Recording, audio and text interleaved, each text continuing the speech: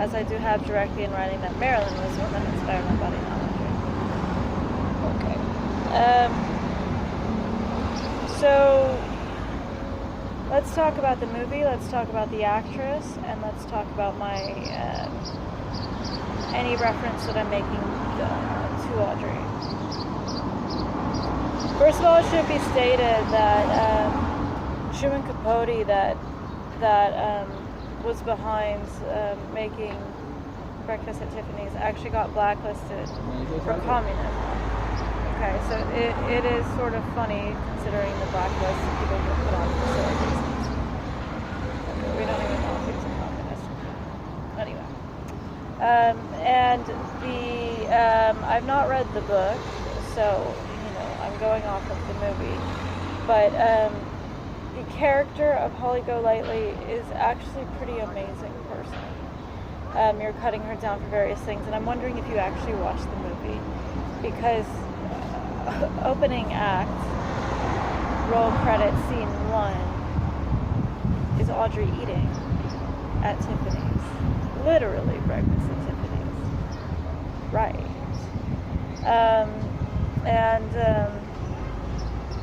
Anyway, and so the story of this woman goes that she ran away from home with her brother at a very young age, in their teens. So obviously something is really wrong for her to want to run.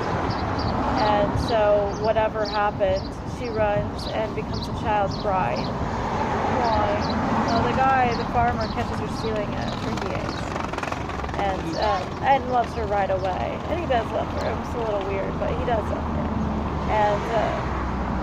And she's put in a position where she's now not her own biological children, but in charge of a family, and she's 14 years old.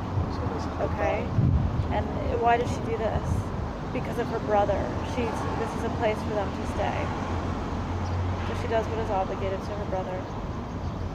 She then goes on from being an Okie to being a little bit more glamorous in New York, and she's sort of like a scene girl. She's kind of the it girl, and it seems that men fall in love with her pretty easily. Now, as to the direct nature of things, it's not direct in the movie, so I couldn't tell you. I don't know. She references that they give her money to go to the powder room, these dates. But it seems to me that she's spends more of her time thwarting advances than she does accepting them, running away from men out the window, or ignoring them, or she spends a lot of time running, or sort of baiting them, like her landlord's always irritated for her not having her key and stuff, and she's like, I'll let you take those pictures we talked about. Really? But she's not actually doing it. Right. Exactly. So what is she doing? What is she saving for? Her brother. Her brother is her only sense of family, her only sense of home. She's never had one otherwise. And so what happens, spoiler alert for all of this, I mean, I'm breaking down the movie, you guys, so if you want to watch it, just spoil it. It's amazing, actually, as you're just chalking it up to skinny. Good storytelling, guys. When her brother is killed, immediately after is the first time she attaches to a man. Why? Because she's as sad as it is, she's free of obligation, and so now she's able to make the choices she wants to make, and she does become dedicated to a man. He's not a bad guy, she says it herself. He's not a rat, he's not a super rat, he's just a mouse. Meanwhile, her neighbor has fallen madly in love with her. Okay? And I'd say for the right reasons. And she does love him too, she's not admitting this to herself. Her friends. And he gets a check. He's a writer, kept man and a writer. And he wants to spend it on her. She doesn't want to take his whole check. Why? Because she has a heart. She needs the money. She actually doesn't have money, it just looks like she does. She doesn't. Find this out. And anyway,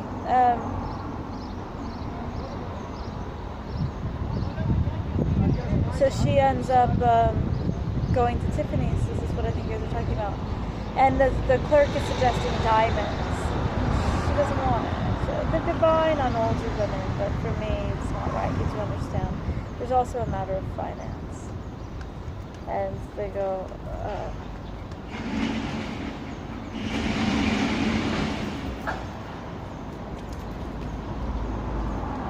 how much? What is the matter of finance? $10. So thank you very much.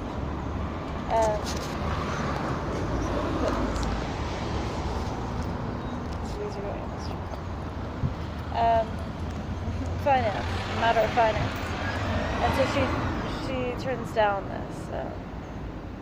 this money, or spending the whole check on her and the diamonds, and opts instead for the romantic notion of engraving a ring that it was from a Cracker Jack box.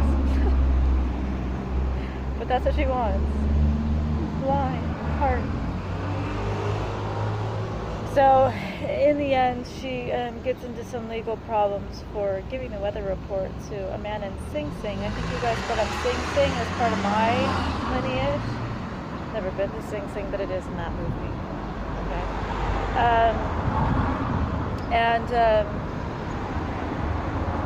In the end of everything, she finally, truly stops running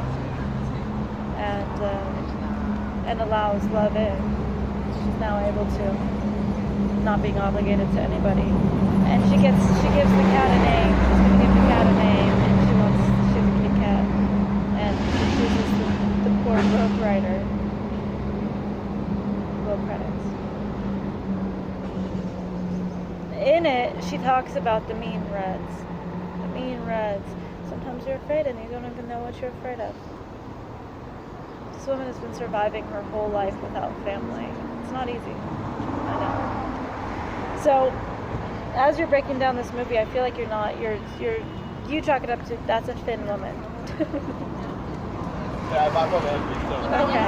There's a whole lot more, and also the character's not synonymous with the woman.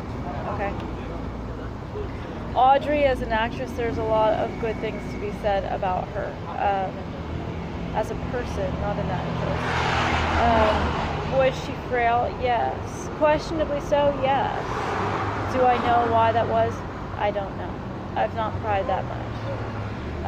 What I do know is she was not a narcissist. She was a very giving and classy woman in the character of who she was.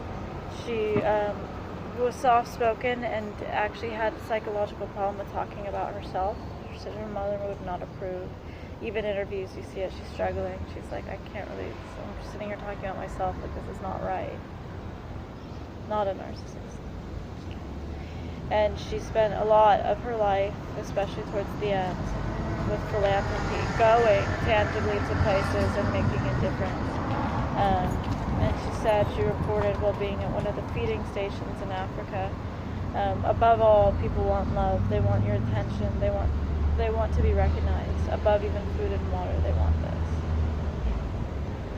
So she's recognizing that people really are in pain, and she's doing the best she can to help. And she's going to these feeding stations, making sure people have enough food to eat. Okay. So, now lastly, you're taking it, I guess, I'm assuming all of your proof comes down to one painting that I made for my sister. My sister, who I've already proven that she's lying multiple times. Okay. So let's analyze the painting. If you really want to break down the psychology behind it, it's fairly easy to do.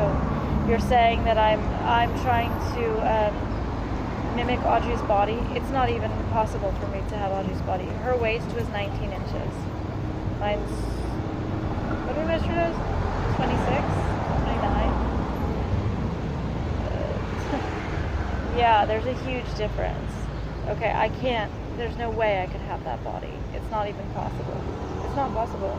I'm as skinny as I can be, and it's not, I'm still 10 inches away, okay?